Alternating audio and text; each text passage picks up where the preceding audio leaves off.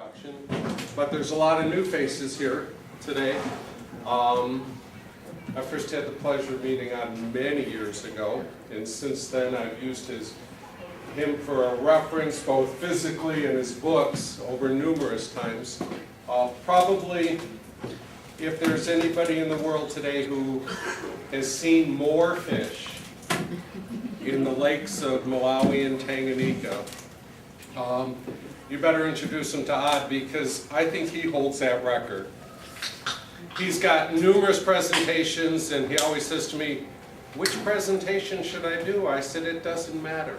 They're all great. They're all very informative. It's my pleasure, as I've done previous, to introduce Odd Konings to all of you. And you'll sit back and you'll enjoy a great presentation. So away you go. Thank you very much, Bob. And thank you for inviting me. Since Bob said it doesn't matter what kind of talk you give, it will be about the cacti of Big Bend region. Oh, that's right. I forgot about those. Let me see what is the problem there.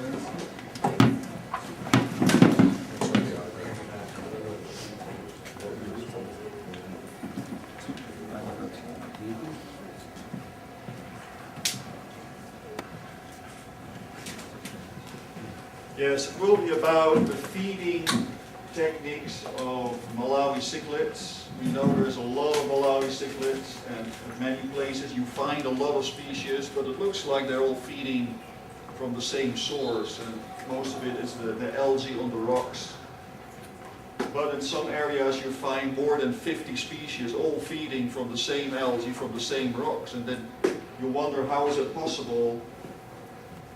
And well, we still really don't know why it is possible. There's probably enough food around in the lake, but also when you look very precisely to how the fish are feeding and what exactly they take from the algae, you will see that there are differences. So different species can feed from the same food source, but still extract different parts of it. And that's what I want to show, and also that we want to use, that is Jay Stout from Penn State University and me, we want to use the way some of the fishes that are now in Pseudotropheus, we want to use the way they are feeding to split them up in different genera, different groups. And we will go into that quickly. Most of the year, the visibility in Lake Malawi is a freshwater lake, but it's very good. Mostly it is at least 15 feet, but you can have 50 or 60 feet visibility on the water, which is really nice. But for taking pictures or making videos on the water, you probably only need about 5 or 6 feet of visibility to get clear pictures or clear sight. Also, in Lake Malawi is the species richest lake fish, according to fish, in the world. And just by cichlid species, it has more than 850 cichlid species. So there's also other non-cichlid fish in the lake. If you compare that to North America, including Canada, which has 800 freshwater fish, so all the rivers and lakes in North America, all the species together, is about 800. So Lake Malawi has already more cichlid species than all the freshwater fish in North America. And those 850 species are not found in one particular area. You have to travel around. A lot of them are geographical forms of species. But at some areas, in some places, you find more than 80 species of fish, of rock-dwelling fish, in one particular area. And these are rock-dwelling fish. You have a lot of fish that are found all over the lake. I didn't even count them in the 80. So you probably have about 100 species of cichlids in one particular point, one particular dive locality. It's not that you see them all 82 in this case in 1 hour dive, because sometimes, especially the plankton feeding fish, the utaka, they only come into the coast sometimes when they want to breed. So if you come at a certain time of year when they're not breeding, you won't see them. Or you will see them as uncolored specimens swimming above the rocks, and then it's very difficult to tell them apart, because a lot of these, they look alike. So then there is a competition for food, not only for food, but also for breeding space. But there has been competition for food because the fishes, they have specialized in certain types of food and also certain ways of getting that food. And we know there's algae eaters, there is invertebrate eaters, and there's fish eaters. Those are the three big groups, but there's also fish that eat all three of them. Like Melanochromus, they can eat fish, they can eat shrimp, they can also eat some algae. So those are the omnivores. But the three biggest groups are the algae eaters, almost all the Nabuna that you find in the rocky habitat, they feed on algae.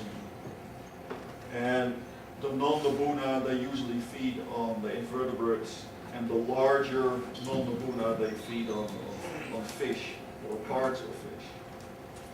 When we look at the first group, the algae eaters, most of them, they feed from the algae on the rocks. There's one species or two species that feed from the algae. The Aufwuchs is a German word for anything that grows on something. It's a growth on rocks. And in this case, these are algae strands, but also cellular algae like diatoms. They are attached to the strands, so it's a thick layer sometimes a half-inch thick layer of green stuff or brown stuff, depending how deep you are. The deeper you go, the less green they get. You get brownies, yellow, brown, and sometimes red algae. And you have that same material usually as plankton, as diatoms floating in the water. There's a group of cichlids feeding also from that plankton. Well, the most common group in the lake are the zebra types, the Metroclima.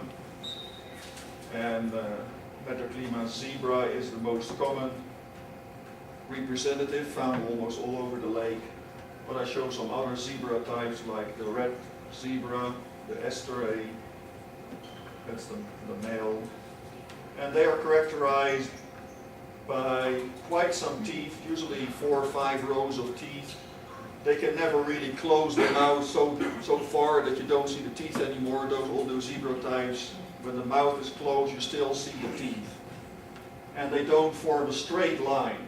The upper teeth do not fit nicely, neatly on the teeth of the lower jaws.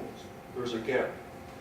And this is because the way they are feeding, they can open the mouth 180 degrees and they push the mouth against the rock here. And what they do is they just comb or rake any loose material. All the algae that's attached to the rocks stays there. It's like hair, they just comb hair. And only the loose stuff, there is algae strands that is just intertwined with the rest. They comb it out, sediment and diatoms. That's what they feed on. And that is typical for all the zebra types. And they are able to open the mouth 180 degrees. The other forms in Pseudotropheus cannot do this. See a little video clip how they feed. They attack one spot several times because they try to clean it as much as possible. But you will see in the slow motion later on that the algae, which is a very thick mat, is like very dense hair, like fur on the rock, that stays there. They are not able to take that off. They just clean it more or less.